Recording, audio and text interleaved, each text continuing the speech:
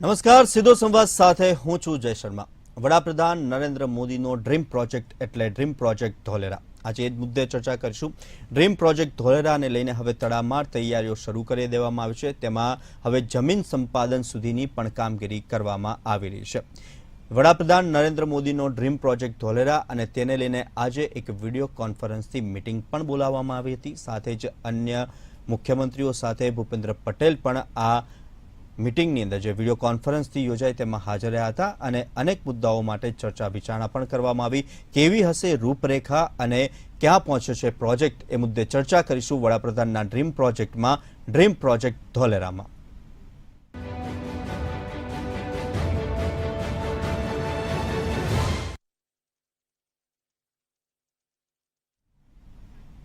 Dream project Dholera આ મુદ્દે ચર્ચા કરવા માટે આપણી સાથે જોડાયા છે સીએ સિદ્ધાર્થ ભટ્ટ, ધોલેરા પ્રોજેક્ટ નિષ્ણાંત, સાથે જ ભાવિક અમીન, નેતા કોંગ્રેસ, અને Prafull Trivedi, associate editor Mantavya news.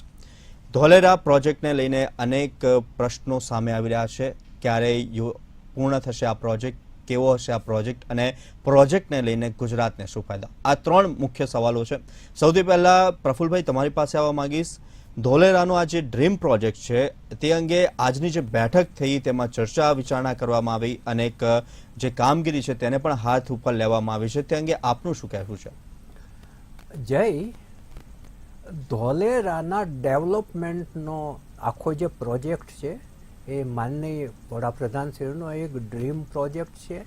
આખો જે ધોલેરાનો એક સૂકો ભ્રંટ વિસ્તાર પડ્યો હતો, સરકારી ખરાબો હતો, એને આખો ડેવલપ કરી અને ત્યાં ઇન્ડસ્ટ્રીઝ સ્થપાઈ, આખા વિસ્તારનો અમદાવાદ સાથેની કનેક્ટિવિટી વધે અને સમગ્રતયા જે ધોલેરા સર એસઆઈઆરની જે રચના થઈ છે એનું જે ડેવલપમેન્ટ થાય એ માટે પ્રયાસો સખત રીતે હાથ ધરવામાં આવે છે। એની આજે એક મહત્ત્વની બેઠક, વર્ચ્યુઅલ બેઠક હતી, જેમાં મુખ્યમંત્રી શ્રી ભૂપેન્દ્રભાઈ પટેલ અને ઉચ્ચ અધિકારીઓ પણ જોડાયા હતા।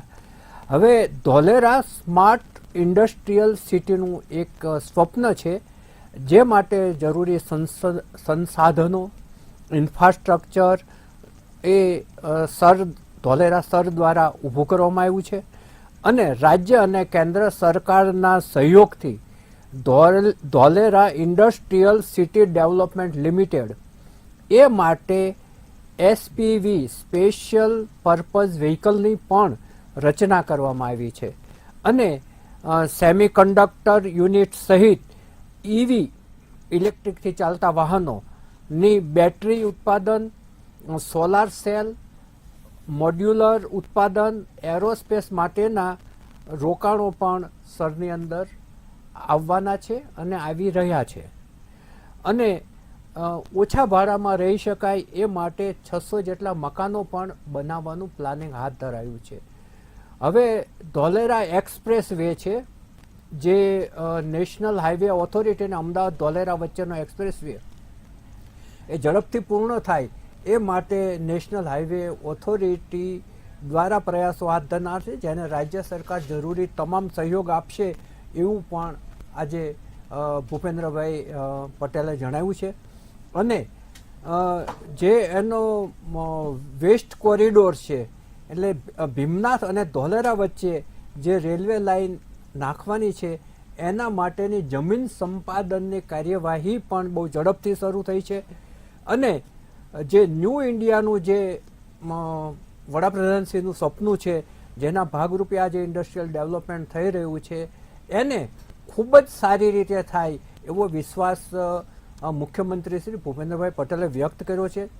ધોલેરા શરમાં સ્કૂલ, હોસ્પિટલ, રેસિડેન્શિયલ ટાઉનશીપ વગેરે વિકસાવવા માટેની પણ વિવિધ પ્રપોઝલ સરકાર સામે આવી છે અને તમામ રીતે એનું રેલવે લાઇનથી જોડાણ, એક્સપ્રેસ વેથી જોડાણ અને ઇન્ડસ્ટ્રીયલ ડેવલપમેન્ટ ત્રણેય વસ્તુ એક સાથે થાય તે માટેના પ્રયાસો હાથ ધરાયા છે અને હું માનું છું ત્યાં સુધી 2024ની જે લોકસભાની ચૂંટણી આવે તે પહેલાં એક દેખાડી શકાય એટલી કામગીરી તો ચોક્કસ થઈ ગઈ હશે આજની ઝડપ જોતા, એવું ચોક્કસપણે લાગી રહ્યું છે.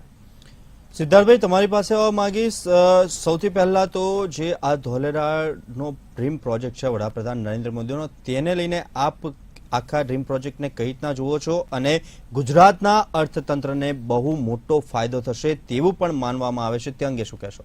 આપણે આને ભૂતકાળમાં જઈએ, જ્યારે આપણા દેશના વડાપ્રધાન શ્રી નરેન્દ્રભાઈ મોદી સાહેબ ગુજરાતના મુખ્યમંત્રી હતા, તો એમને વિદેશ યાત્રાઓ ઘણી કરી. ત્યારે એ વિદેશ યાત્રાઓ દરમિયાન એમણે એક સપનું જોયું, જો વિદેશોમાં સિંગાપુર હોઈ શકે, લંડન હોઈ શકે, તો આપણા ગુજરાતમાં ગિફ્ટ સિટી અને ધોલેરા કેમ નહીં? જો રણમાં દુબઈ બની શકતું હોય તો ગુજરાતમાં ધોલેરામાં ધોલેરા સ્માર્ટ સિટી કેમ નહીં?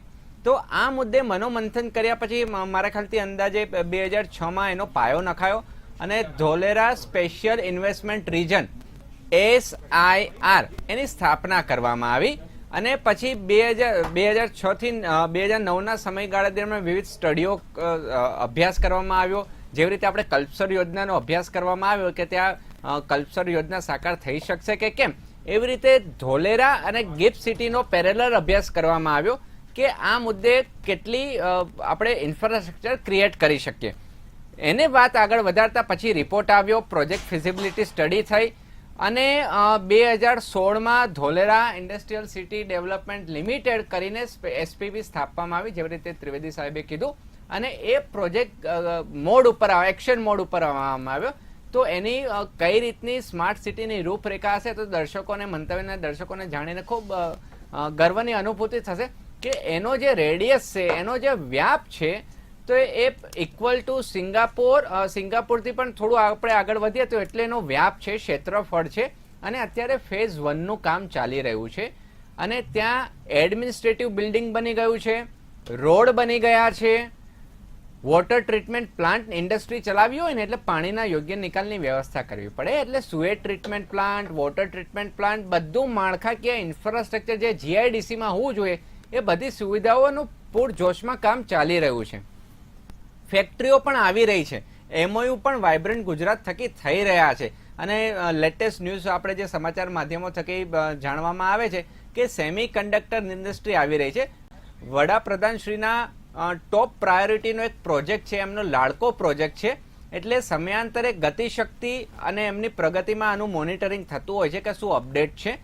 એટલે ગિફ્ટ સિટીનો જેમ વિકાસ થયો એવી રીતે ધોલેરાનો પણ વિકાસ થશે. અને સૌથી વધારે વિશાળ જગ્યા હોય તો એ ધોલેરામાં છે. એની આગળ કસ્ટર દરિયાકાંઠો આવે છે, ખાડી આવે છે, એટલે ત્યાં સોલર પેનલથી સૌર ઉર્જાનું પણ પ્રાવધાન કરવામાં આવ્યું છે. એટલે જો આપણા ઓલરેડી ભારત દેશમાં જગ્યાની કમી છે અને જો ફળદ્રુપ જમીનો આપણે માની લો સાઉથ ગુજરાતની લઈ લઈએ તો એ બધી ફળદ્રુપ જમીનો ઇન્ડસ્ટ્રી માટે વાપરવામાં આવે તો ખેતીવાડી ક્યાં જશે? એટલે ધોલેરા ઇન્ડસ્ટ્રી નાખવા માટે, નોન પોલ્યુટેડ ઇન્ડસ્ટ્રી નાખવા માટે બહુ આદર્શ જગ્યા છે. બસ ગવર્મેન્ટ તરફથી જે સહાય મળે છે એને વધારે વેગવંતી બનાવે તો ઇન્ડસ્ટ્રી ત્યાં આવે અને અસંખ્ય રોજગારીનું સર્જન થાય. પ્લસ ધોલેરા એ લોથલની બાજુમાં છે. લોથલ પણ એક સમયનું બંદર રહ્યું હતું અને વેપાર ઉદ્યોગ માટે જાણીતું ગુજરાતનું બંદર હતું. એટલે કદાચ આવનારા સમયમાં ધોલેરા થકી ભાવનગરનો પણ વિકાસ થાય તો એમાં કોઈ શંકાને સ્થાન નથી, કારણ કે ત્રિવેદી સાહેબ પણ આમાં સંમત થશે કે ભાવનગરને જોઈએ એવો હજી વિકાસ કરવામાં ગમે તે કારણસર થયો નથી, પણ ધોલેરા થકી ભાવનગરનો વિકાસ થશે એ 100% નક્કી વાત છે. અને સૌરાષ્ટ્રના બેલ્ટમાં જે આપણે મેણું મારતા હોઈએ છીએ કે ઇન્ડસ્ટ્રીઓ નથી આવતી, તો એ ધોલેરા થકી ઇન્ડસ્ટ્રી આવશે. જી, હવે આજ મુદ્દે ચર્ચા કરવા માટે આપણી સાથે સ્નેહલ જોશી, નેતા ભાજપ પણ જોડાયા છે. સ્નેહલભાઈ, વડાપ્રધાન શ્રીનો ડ્રીમ પ્રોજેક્ટ અને ઇન્ડસ્ટ્રીયલ ડેવલપમેન્ટ માટે ખૂબ જ મહત્વનો છે અને આજે તેને લઈને મીટિંગ યોજાય છે. શું છે આપનું મંતવ્ય? આપણે જોયું કે છેલ્લા 9 વર્ષમાં જે રીતે ભારત દેશની અંદર આદરણીય વડાપ્રધાન નરેન્દ્ર મોદીજીના નેતૃત્વમાં ઓવરઓલ ઇન્ફ્રાસ્ટ્રક્ચરનું ડેવલપમેન્ટ થયું છે. ઇવન વોટરવેઝ થ્રુ ટ્રાન્સપોર્ટેશન, આવા બધા નવતર જે પ્રયોગો કરી અને એને સફળતાપૂર્વક પ્રોજેક્ટમાં રૂપાંતરિત કરીને લોન્ચ કરવામાં આવે છે. રોજના જેટલા કિલોમીટર રોડ પહેલા બનતા હતા એના કરતાં લગભગ 2 ગણા બમણાથી પણ વધારે કિલોમીટર રોડ આજે બની રહ્યા છે. અને આપણે ઇન્ડસ્ટ્રીઝની વાત કરીએ અને આખા વિશ્વની પેરિટીમાં જો અત્યારે જોઈએ તો ગ્રીનફિલ્ડ ને બ્રાઉનફિલ્ડ સિટીઝ જે છે તેનું ડેવલપમેન્ટ અત્યારે ચાલી રહ્યું છે. એના ભાગરૂપે ગ્રીનફિલ્ડ સિટી તરીકે જેમ સિદ્ધાર્થભાઈએ કહ્યું લગભગ 900 કિલોમીટરની આસપાસ ફેલાયેલો આખો એક આ પ્રોજેક્ટ છે, જેની અંદર રોડ, રસ્તા, ઇન્ફ્રાસ્ટ્રક્ચર, ફેક્ટરીઝની જગ્યા અને ત્યાંના લોકો માટે રહેવા માટેની પણ આખી જગ્યા ડેવલપ કરવામાં આવી છે. ખાસ કરીને ગ્રીનફિલ્ડ સિટીની જે ખાસિયત છે તે એ હોય છે કે આને સસ્ટેનેબલી બનાવવામાં આવ્યું છે. સસ્ટેનેબલી એટલે એ રીતે કે કુદરતી જે પણ આજુબાજુનું વાતાવરણ છે, કુદરતી સોર્સિસ છે, રિસોર્સિસ છે, એને મિનિમમ નુકસાન પહોંચે એ પ્રકારની એક નિયમાવલી એક બનાવવામાં આવે છે ને એના અનુસાર જ દરેક લોકોને કામ કરવું પડે છે ને એની અંદર જ કામ કરવું પડે છે. અને આ પ્રમાણે આપણે આ ધોલેરાનું જે આખું સિટી છે એની અંદર આપણે જેમ એરપોર્ટથી લઈ અને રોડ, રસ્તા, ઇન્ફ્રાસ્ટ્રક્ચર, સ્કૂલ્સ, હોસ્પિટલ્સ આ બધું ત્યાં પ્રોવાઈડ કરવાના છે. આના મુખ્ય જો મુદ્દા જોઈએ તો પહેલો છે એનું સસ્ટેનેબિલિટી. એટલે સસ્ટેનેબિલિટી જેમ મેં કહ્યું કે આ જ્યારે સિટી બનશે તો most of the city will be powered by solar plant. લગભગ 25,000 કરોડના ખર્ચે બનનારો આ એક આખો સોલર પ્રોજેક્ટ છે કે જે ક્રમશઃ બનતો જશે અને સોલર પાવરનું ત્યાં એક મોટું ફિલ્ડ બનશે, સોલર ફિલ્ડ જેવા આપણે દુબઈ ને બીજા બધા વિશ્વની અંદર ઘણા બધા દેશોમાં જોયા છે એ પ્રકારનું એક બહુ મોટું એક સોલરનું ફિલ્ડ પણ ત્યાં બની રહ્યું છે. અને sustainable in terms of water management, sewage treatment આ બધી જ વસ્તુની અંદર અદ્યતન વૈજ્ઞાનિક પદ્ધતિઓ અપનાવી અને આને ખૂબ સારી રીતે સસ્ટેનેબલ એક સિટી બનાવવાનો જે આ પ્રયાસ છે તે કર્યો છે. સાથે ફાસ્ટ ટ્રેક એપ્રુવલ્સ મળશે એ ખૂબ જ મહત્વનું છે, કારણ કે ક્યારેક પણ બહારની કોઈ ઇન્ડસ્ટ્રી અહીંયા આવે છે અને મેં કાલે જ રતન ટાટાજીનું એક જૂનું ઇન્ટરવ્યૂ જોયું હતું. એમને કહ્યું કે નરેન્દ્ર મોદીજીનો અભિગમ એવો હતો કે જ્યારે અમારે ગુજરાતમાં ટાટાની ફેક્ટરી મૂવ કરવી હતી તો અમને પ્રોમિસ કરીને ફક્ત 3જા દિવસે એમને અમારે જે જમીન વગેરેના જે પેપર વર્ક હતું એ ડિલિવર કરવાની એમના ઓફિસ તરફથી અમને ઇન્વિટેશન આવ્યું કે આ થઈ ગયું છે. એટલે જ્યારે નરેન્દ્ર મોદીજીની વાત આવે છે તો એમની જે દીર્ઘ દ્રષ્ટિ અને એમની તીવ્ર ઈચ્છા શક્તિ જે હોય છે કે દેશના લોકો માટે આ બધું ખૂબ જ જરૂરી છે તે જાણે છે અને એના આધારે જ આ એક આખો જે પ્રોજેક્ટ ડેવલપ થઈ રહ્યો છે.